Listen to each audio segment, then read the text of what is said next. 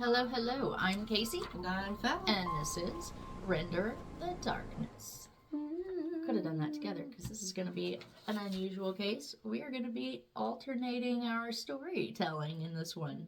You're going to get us both. Yeah. So, I mean, technically you get us both in every video, but we're going to both be talking. That was my Fallon impression. They would both already be talking.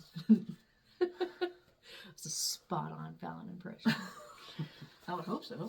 Okay, so this case it's a little different. I don't even know if we would call this a case per se, so much as just like a little bonus episode. So Fallon and I recently took a trip to the Hot Springs, Arkansas, because she had never been. Springs of the Hot. Springs of the Hot and Thaw. And we just, that place has an incredible history, incredible architecture. It's just a really awesome place to go and be, and I hope to retire there one day, maybe. But because we liked it so much, we just thought we would do a quick clip of some of our favorite places that we visited and give you just like a brief history on a few of those places. And also, because we are a true crime paranormal podcast, we're going to throw in a little bit of the ghost stories that may be attached to some of these places. Ghosties. And for the places that may not have a specific ghost story, we're going to go ahead and just throw in some things that we read that people have reported experiencing in some of these places. So for those of you who are interested in some of the history of Hot Springs or may not know some of the history of some of the places in Hot Springs, I guess it's more specifically places than Hot Springs itself, but yeah, that's what this little case is about. So hope you stick around and I hope you enjoy it. We're going to start off with the Ohio Club. Yeah. So, obviously, the Ohio Club is located in Hot Springs, Arkansas. It is the entire state's oldest bar. And it is reported to be haunted by a variety of spirits linked to its long history as a casino, speakeasy, and a gangster hideout. So for those of you who don't know, that's one of the other things Hot Springs is really well known for. Not only does it have one of the state's only casinos, but also huge gangster activity back in the day.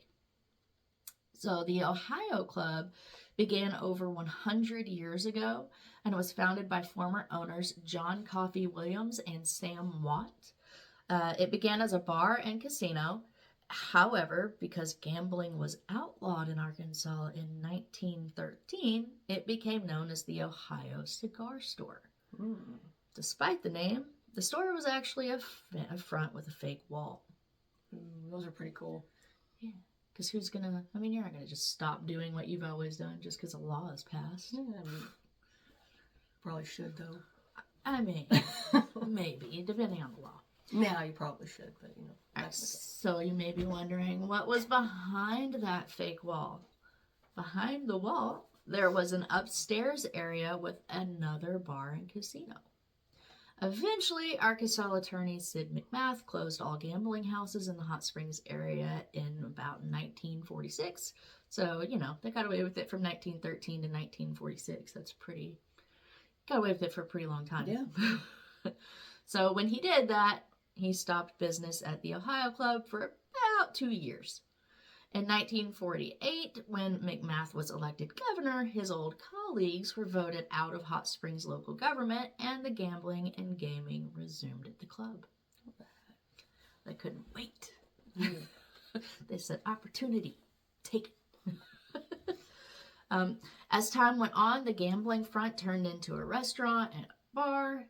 At the time that I was doing this information, it says it was currently owned by Sadiq and Jeannie Mir, M-I-R, who also operate some of the Ohio Club's neighbors, such as J&S Italian Villa and Copper Penny Pub. So for those who have never been to Hot Springs, it's very much still set up like an old school town. You have pretty much all of your little mom and pop stores running all the way down the main drag. It's really cool, really awesome place to visit. Yep. So the Ohio Club became home to not only famous gang members, but some major baseball legends like Babe Ruth. And he pretty much frequented that club on a regular basis, which is really cool, actually. Fallon and I had the pleasure of, when we did take our trip to Hot Springs, we actually ate at the Ohio Club. Incredible food, great waiter. We had, I don't remember, Travis, I think was his name. I don't know, but he was awesome. He was really, really knowledgeable about the history of the club. And anyways, so back to my little fun facts here. So Hot Springs, Arkansas became kind of a home plate for several gang members and a resting place they all found as their home. It was the Ohio Club. Gang members such as Al Capone, Bugsy Siegel, and Oni Madden were all visitors of the club. Nice. News about the bar and restaurant was quickly spread, especially since it became so popular with crime. On May 14th, 1923, downtown Hot Springs faced a pretty catastrophic flood that destroyed several structures and made a mess of the town. And due to that, the location of the buildings in the intersecting valleys and the floodplain that they were built on, the water of the flood stormed through the roads, which caused cars to be violently tossed against each other and to be thrown into other buildings, and ultimately destroyed a lot of those buildings. However, a lot of those buildings were restored and put back together. So that was just like a brief history, nowhere near the full history of this club. This club, like I said, the oldest in the state, so lots of history to this club. I was just giving you a brief one to try to segue and lead into the reported ghosts and spirits in the club. So, reportedly, there is the little boy. He's one of the most frequently cited spirits. He's said to be one of 4 people who died at the location decades ago. I don't really know who he is, but there are also reports of shadow figures, dark human-like silhouettes that tend to cross around like the exit points when people try to leave, almost like they're trying to get them to stay. And given its history as a favorite spot for notorious figures like Al Capone, Bugsy Siegel, and Lucky Luciano, local folklore suggests spirits of some infamous monsters still roam the building. You decide which ones that may or may not be. I'm going to say it's Al Capone. He's got to be there. Yeah. And Bugsy. Yeah, maybe. Then there is a report of a ghost named Ollie. Some staff and local paranormal experts have referred to a playful spirit named Ollie who's said to, quote unquote, hang out at the bar during the day. And then there's the man in the hat. A visitor once reported seeing a photographic profile of a man wearing a hat hovering in midair inside the bar. Oh, that's cool. Yeah. And then there's other common paranormal experiences that have been reported, like sounds of mysterious music playing, glasses clinking, and door slamming when no one is in there. There's reports of people being brushed up against by an unseen presence or feeling as though the stories are in the walls, which you kind of do feel like the stories are in the walls in that place just naturally because you can tell how old it is. Like you just get a sense in that atmosphere. And then there's been other reports of closed doors flinging open or pool balls rolling across the tables on their own. So a lot of these stories were shared by the staff. So, you know, they would know probably. They would probably have the most experiences because they're in it the most. So. Well, that waiter... Yeah, he told us about a ghost that they referred to as Bart that he said likes to... give special attention to the customers and is playful as well. So, a little special mention for Bart because he was specially mentioned to us when we were there. Hi, Bart. So, but again, really cool place, really great atmosphere, great staff. Food was incredible. Highly recommended. If you haven't gone, I highly recommend you do. So that is the Ohio Club. Now we're going to move on to the Fordyce Bathhouse. Okay, so I'm going to pre-warn anybody. I'm sure, you know, if you listen or if you listen to our podcast, you know, I have pronunciation issues sometimes. And So yeah, please bear with me. I would just like to let it also be known that when we decided we were going to do this, we picked 4 of our favorite locations so that it would be an even split. I let her pick which 2 she wanted to do. Okay. So she picked this. That this was going to be like this. So bear with me. Okay. She did this to herself. Yeah. It's all right. We'll get through this together. Yeah. Maybe laughing along the way, but we'll get there. Yeah. Okay, so the Fordyce bathhouse is the most elaborate and was the most expensive of the bathhouses.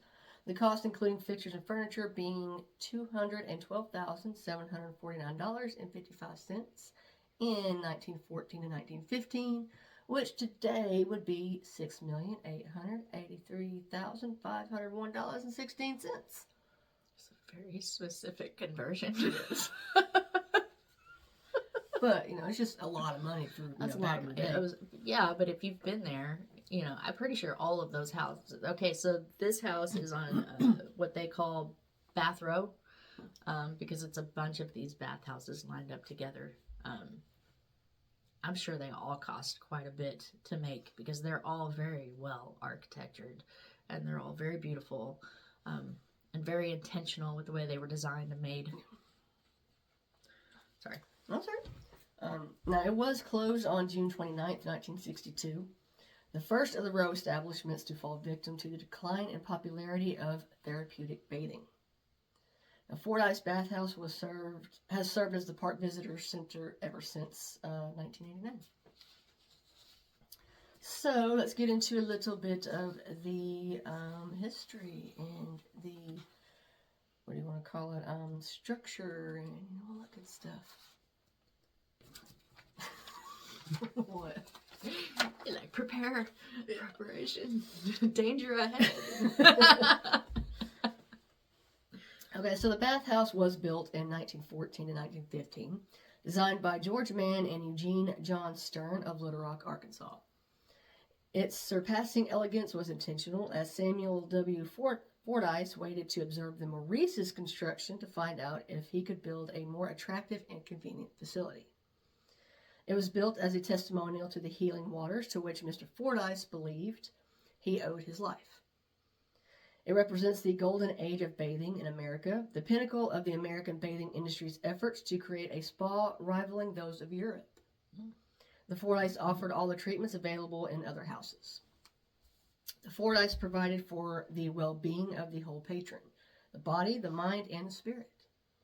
It offered a museum where prehistoric Native American relics were displayed, bowling lanes and billiard room for recreation, a gymnasium for exercise, a roof garden for clean air and sun, and a variety of assembly rooms and staterooms for conversation and reading. In style, the building is primarily a Renaissance revival structure with both Spanish and Italian elements.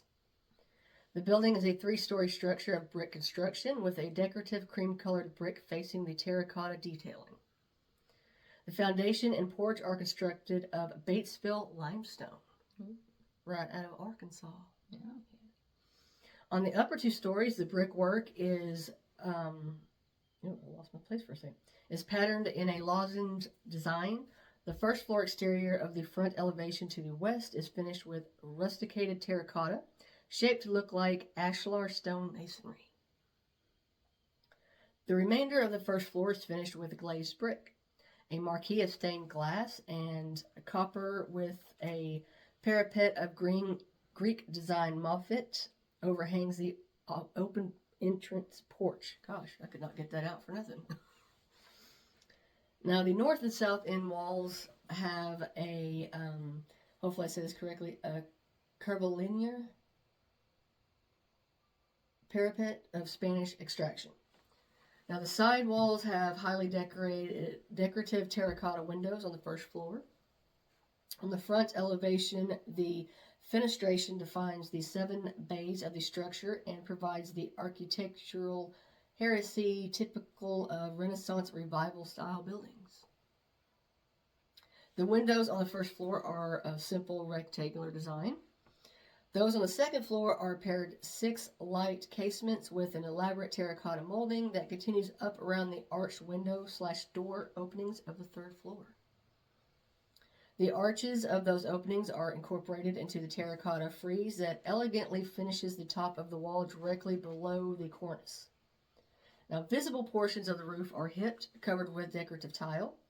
Hidden portions of the roof are flat, with the exception of the large skylights constructed of metal frames and wire glass. The first floor contains the marble-walled lobby, flanked by terracotta fountains, which have stained glass clear-story windows and ceramic tile flooring. In the vicinity of the lobby desk are a check room, attendant dispatch room, and elevators. The north and central portions of the building house the men's facilities, which is the cooling room, the pack room, steam room, hydrotherapy room, and bath hall. Mm-hmm. The women's facilities, considerably smaller in size, are at the south end of the building. Originally, there was a 30-tub capacity. Although the men's and women's bath halls both have stained glass windows and aquatic moffats, the most impressive stained glass is the massive skylight in the men's area with the, hopefully this is correctly, the soda fountain centered on the floor directly below it. The second floor originally had dressing rooms, lockers, cooling rooms, and massage and mechanotherapy departments. Now it is largely occupied by wood-changing stalls, with entry to a centrally located quarry tile courtyard for sunbathing. The third floor houses a massive ceramic tiled Hubbard Currents therapeutic tub, a full body immersion whirlpool, and installed in 1938 when the other hydrotherapeutic pools were also added. But nothing. What? Okay, so areas for men's and women's parlors and a wood paneled gymnasium to the rear. The most impressive space on the third floor is the assembly room, now the museum, where the segmentally arched vaults of the ceiling are filled with arched stained glass skylights. Arched wood frame doors surrounded by fan lights and side lights open out to the small balconies on the front elevation. The basement houses various mechanical equipment like a bowling alley, which has since been removed, and a Fordyce spring, a glazed tile room with an arched ceiling, and a plate glass window covering over the natural hot spring. Spring number 46. So, Colonel, I knew you were going to do that. Samuel W. Fordyce. That's why I laughed. Oh. Dun, dun, dun, dun. The word. Okay. Also, I would like to say, just for anybody that may or may not have caught it, I'm very proud of you for getting through that. And so far, you've done a great job. However, it's motifs, not moffats. Yeah, I know. The letters I completely messed up, but I was like, I'm just going to go with it. But. Moffats. Moffats, motifs. Sorry. See, I almost did it. You only messed up on one word. Good job. And whenever you laughed, it kind of made me feel like I messed up on a hydrotherapeutic pool. And I was like, no, I was laughing because I just seen Colonel Samuel, and I was like, oh, the word. But anyway, Colonel Samuel W. Fordyce was an important figure in the history of Hot Springs. Soldier, entrepreneur, and community leader. After experiencing the curative powers of the thermal waters in treating a Civil War injury, he moved to Hot Springs and was involved in numerous businesses, including the Arlington and Eastman hotels, several bathhouses, a theater, the horse cart line, and utilities. Fordyce had a hand in virtually every development which shaped the community and Bathhouse Row from the 1870s to the 1920s. So you may wonder, is this place actually haunted?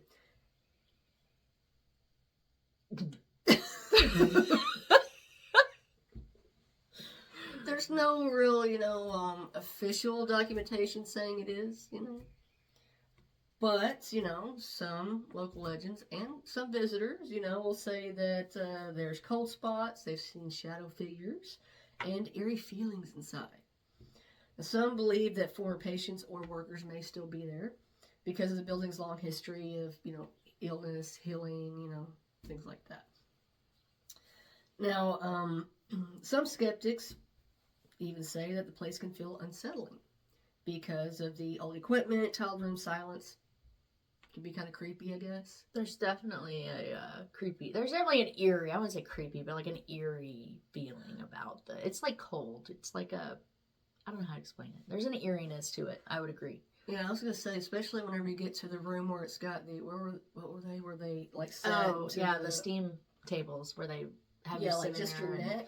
Yeah, they like close the metal thing around just your neck, and then they like steam. Yeah, I didn't like that. The rest of you. See, it's literally like you look inside of it, and it's literally like they put like a little tiny bench in there, and there's just a bunch of bulbs. So like they would set you on the bench, and then they would close that to hold the heat in, and then they would just turn on these high voltage bulbs.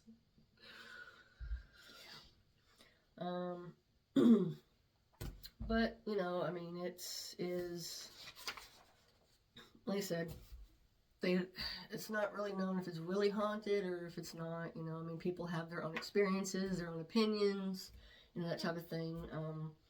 So if you want to go find out for yourself, maybe you might have an experience. You never know. It's possible. I mean, because I'm sure there's ghosts floating around all over Hot Springs. They might come in and be like, hey, and then go to the next building. You never know. I'm lost. Maybe. But it is a really, really, really awesome place. Again, the stained glass is beautiful. Yes. Everything is maintained in its original state to the best of their ability. It's free. It's you can't beat it. If you're in the area, you can't not go look at it. Like it's really rad, and the history behind it, and just the medical knowledge or lack thereof that they had at that time is just fascinating. So I definitely recommend. You want to check it out, and to Fallon for getting through that.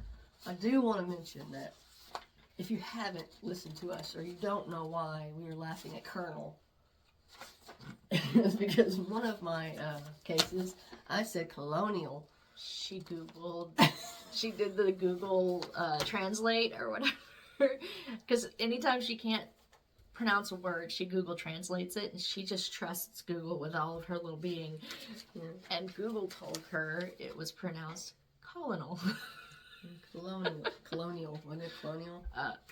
Maybe colonial, colonial. But it wasn't I don't remember. But she laughed so hard. I don't remember exactly which episode it was, but anyway, that way you're like, if you're wondering why we're laughing. Why that was funny. That's why. Because I can't pronounce things. We had a little mishap with that word quite a few episodes back. All right, so moving on to our next place, which is? It is the Rehabilitated Army and Navy Hospital. Mm-hmm. So this hospital is located kind of on a walking trail. You kind of have to really look for it. But it is very popular. It is very well known. So obviously we're in Hot Springs. The hospital is the first general hospital in the nation that provided treatment to both Army and Navy patients. So this was not just a one unit of the military hospital. It served many of them. The dream of the Army-Navy hospital came to be during a dinner party in the Palace Bathhouse in 1882, where Senator John Logan declared Hot Springs to be a, quote, an ideal location for an institution of this character, end quote.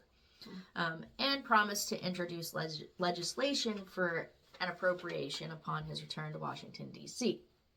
The Army-Navy Hospital opened to patients in January of 1887 and was led by the Secretary of War, but control was handed off to the U.S. Army in 1957. In the early 1930s, the original building was replaced with a brick mortar and steel facility with 412 beds. It cost a mere $1.5 million, which would equal nearly $15 million in today's market. During World War II, the hospital was at its peak business, having become the Army's leading medical facility in the country for treating patients with arthritis. Oh, wow. You couple that with the bathhouses, So you get your treatment, and then you have your rehabilitation therapy with the bathhouses. So that was like a win-win. Great location. So even after the close of the war, the hospital continued to grow, serving more than 100,000 veterans by 1945. Wow. In 1960, the hospital became a rehabilitation center and was run by the state of Arkansas. And it continues to serve as one of the most interesting historical landmarks in the state. You can't get in it, though. You can't get in it, though. Yes. No, we're about to get to that. So the abandoned Army-Navy hospital is widely considered haunted. There's been reports of ghostly moans, apparitions, and a feeling of being watched. The hospital, it has an extended history with treating military patients. So right. A lot of people didn't make it out of the hospital. Yeah, I'm sure there was a lot that didn't make it. It has really long, dark, like she said, you can't get into it now, but if you could, you would see that it has long, dark corridors. And, I mean, again, it's associated with pretty tragic injuries that kind of contribute to the reputation of hauntedness. Yeah. Visitors and urban explorers have reported hearing moaning and groaning, feeling intense eeriness, and experiencing the sensation of being watched. You have the basement/morgue, specifically the basement area, which housed the morgue during its time as a military hospital, is often spotted as a hot spot for activity, as one would think. Some have reported seeing figures or shadows of people in the windows looking at the building from the outside. You can kind of see it. We were looking at the building, and you could just see stacks and stacks of linen through some of the windows. Of course, a lot of the windows are broken now, but I could definitely see how people looking into those windows would see something creepy in the make of the window. See, we have any kind of connected lore to it. It's kind of referred to as the city's spookiest location. Again, I can kind of see why. It's abandoned. It's kind of dilapidating. It's there's a creepiness to it. Yeah. There's definitely a creepiness to it. As far as its current status, the building is currently abandoned and secured with security guards and cameras on site, and it is privately owned, but it's in a complex of legal state between state and federal oversight, so it's kind of like in between. Like in a limbo. Yeah, it's like in a limbo state. It is considered a dangerous site to explore due to potential hazards, including asbestos and structural issues, so don't be trying to sneak up in there. Don't do it. It's tempting, because if you're there, we know, because it was tempting to us too, if you're there, it seems very easy to get in. Yeah. But don't. No, don't do that. So, visitors and tour guides reported seeing the figure of a woman in an old-style nurse's uniform walking the halls or standing at the end of the corridors. This place used to be, they used to do ghost tours in it. So, some of the reports are from old staff, some of them are from old patients, but a lot of the reports are from people who were fortunate enough before they completely shut it down to be able to take these ghost tours. But as far as this woman, she's often described as calm but sorrowful. And another report that you get is indistinct voices, crying, groans coming from empty rooms. EVPs have been captured. You've got multiple witnesses describing footsteps pacing above or behind them, doors that open and close on their own, small items displaced after visits, shadowy silhouettes moving at the edge of vision, and sudden localized drops in temperature. Then you have people claiming fleeting smells of antiseptic, surgical alcohol, or old medicines where no source exists, plus sounds like distant trolley or medical machinery. Then you have paranormal teams who've gone in to investigate it, have reported rapid battery draining, cameras glitching, recorders failing in specific rooms. We've had something similar to that happen when we tried to do a tour of, well, not a tour, we stayed at the Crescent Hotel. And she stayed in Theodora's room, and we had some pretty similar things happen with recordings not working and cameras glitching and batteries draining. And, So that is what I have for you on the old Army Navy Hospital in Hot Springs. Yeah, it was definitely pretty cool to see. Yeah, if you haven't gone, like, I know you can't get inside, so you're probably like, well, what's the point? But even, like, just outside, seeing it, it's worth the visit. It's worth the walk. It's worth going to see. For sure. All right, back to you. So the last one, or the last place we're going to talk about is the Arlington Hotel. Ooh, probably one of the most known places in Hot Springs. I'm going to assume, because before I went to Hot Springs, the only time I ever heard of it was whenever y'all went and you were telling me about it. Like, yeah, my husband and I actually stayed at the Arlington, 4 or 5 months ago? Something like that, yeah. Yeah, we got to stay at it. It's a beautiful hotel. Beautiful hotel. Highly recommend it. We very much enjoyed it. We will one day. Yeah, it was a fantastic hotel. I definitely 5 stars. It's perfect for me. That's my kind of hotel. But anyway. But it is widely considered one of the most haunted locations in America, with reports of paranormal activity ranging from spectral sightings to unexplained scents. Much of this reputation is tied to its long history, including a devastating fire in 1923. And it's passed as a favorite destination for famous figures like Al Capone. Infamous.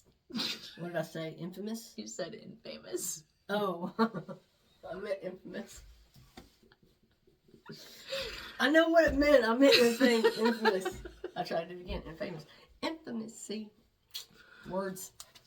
I got excited because I'm like, yeah, Al Capone. Okay. Anyway, so some of the notable haunted rooms in the hotel include room 443.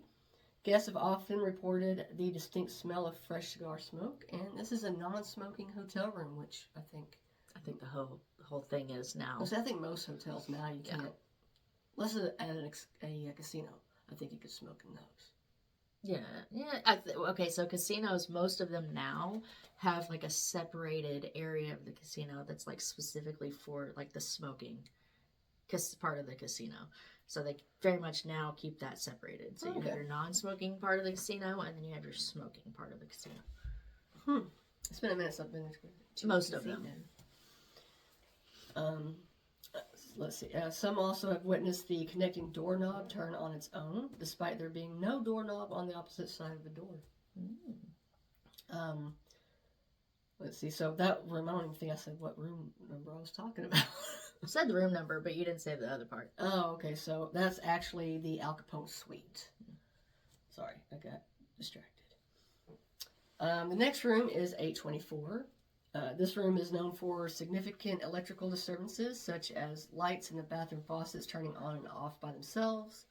Some guests have even reported items and luggage being moved by unseen forces. The next room is 723.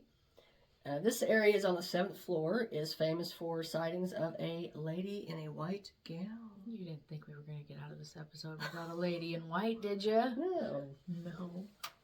Now, one instance, guests photographed what appeared to be 2 glowing footprints on the carpet in front of this room. Which I think, if I'm not mistaken, they said something about that happening in the Crescent, too. There's, like, footprints that you could distinctly see. All right, so the frequently reported spirits. First we're going to talk about is the woman in white. Now, one of the hotel's most famous ghosts, she is often seen wandering the upper floor hallways, particularly on the 7th floor. She is sometimes described as a sorrowful bride or a former guest who met a tragic end. Now, the ghostly bellman.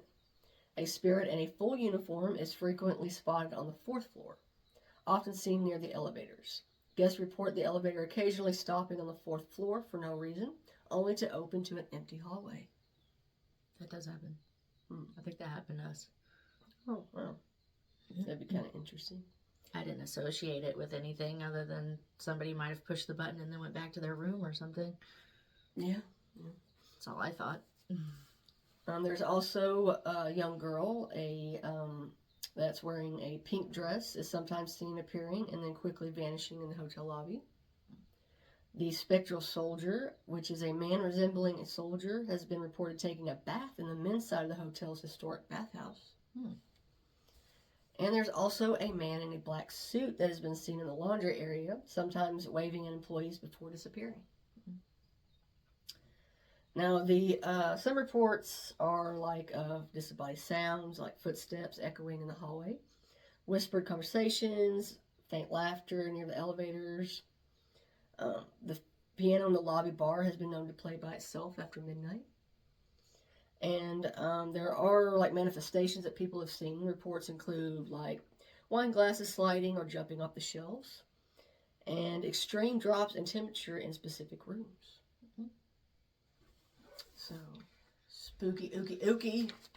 Yeah, I can tell you that that hotel is definitely a hot spot for sure. You can feel it in the air.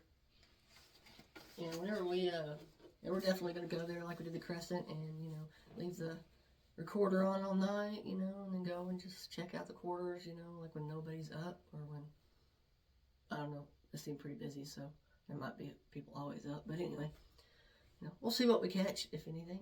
Yeah, it's worth a shot. But yeah, that's our quick rundown of our personal favorite places that are reportedly haunted. In the hot springs. In the hot springs. I will do a special mention as well to Josephine Madame Trudeau's Wax Museum. Oh, yeah. Because we're going to attach a picture to that we got. Now, I could not find anything about this place being haunted at all. Like, I mean, there's people who say things like, oh, it's eerie if you're by yourself. Obviously, you get cold spots here and there. Just the creepiness of the figures themselves. Things like that. But as far as a specific haunting there, I couldn't find anything on that or about that. But this Wax Museum has been there for a very long time. It has over 100 exhibits. It's definitely worth going if you've never been. I highly recommend it. Yeah. But I mentioned that just because I am going to ask her to attach a picture that she has on her phone that she took in that Wax Museum, because it creeped me the hell out. And it's kind of hard to creep me out. So, it's hard to creep me out in pictures. But other than that, that's been our case for Hot Springs. If you haven't been, definitely recommend it. Those are some of our favorite places. You should definitely go visit all of those places. Stay at the Arlington. Have lunch at the Ohio Club. Yeah. Hike over to the Army Hospital. Go on Bath Road. Check out the Fordyce Bathhouse. Check out all the little local shops and stuff. Those are pretty cool. I know. I just planned your whole day. Yeah. And I gave you a place to rest. Mm-hmm. You're welcome. Thanks for joining us. Bye. Bye.